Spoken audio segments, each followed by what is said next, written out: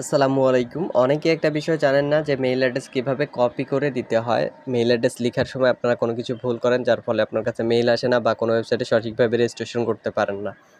তো এইটা করার জন্য আপনাকে ফার্স্টে গুগলে যে অপশনটা আছে এই অপশনে চলে আসতে হবে। আসার পরে ফার্স্টে জিমেইলের যে অপশনটা পেয়ে যাবেন, এই জিমেইলের অপশনে চলে যাবেন এখান থেকে। জিমেইলের অপশনে যাওয়ার পরে আপনি উপরের দিকে দেখতে পারবেন একটা আইকন শো করবে। আপনার এখানে আর ছাড়া অন্য কিছু থাকতে পারে। আপনার নাম অনুযায়ী একটা প্রথম অক্ষর থাকতে পারে। এখানে জাস্ট ক্লিক করবেন অথবা আপনার ছবি সেট করা থাকলে ছবি থাকতে পারে। তো এটার উপর ক্লিক করবেন। এখানে আসার পরে আপনার সামনে অনেকগুলো মেইল অ্যাড্রেস শো করতে পারে অথবা আপনার ফোনে একটা মেইল অ্যাড্রেস থাকলে একটাই শো করতে পারে।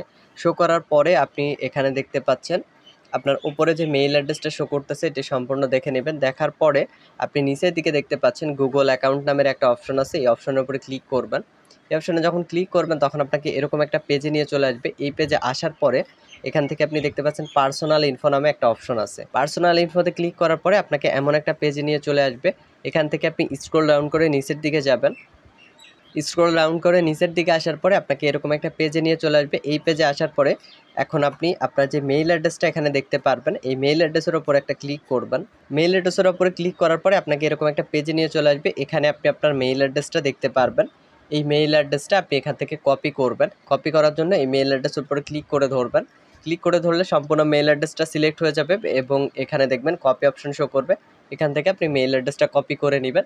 নেওয়ার পরে আপনি যে ওয়েবসাইটে বা যেখানে রেজিস্ট্রেশন করতে চাচ্ছেন সেখানে যাওয়ার পরে একটু ক্লিক করে ধরবেন। ধরার পরে পেস্ট অপশনে ক্লিক করলে পেস্ট হয়ে যাবে। এর পরবর্তীতে রেজিস্ট্রেশন করতে পারবেন। আশা করা যায় আমি আপনাকে বোঝাতে পারছি মেইল অ্যাড্রেস কীভাবে কপি করে দিয়ে রেজিস্ট্রেশন করবেন। ধন্যবাদ। আজকের ভিডিওটি এ পর্যন্তই।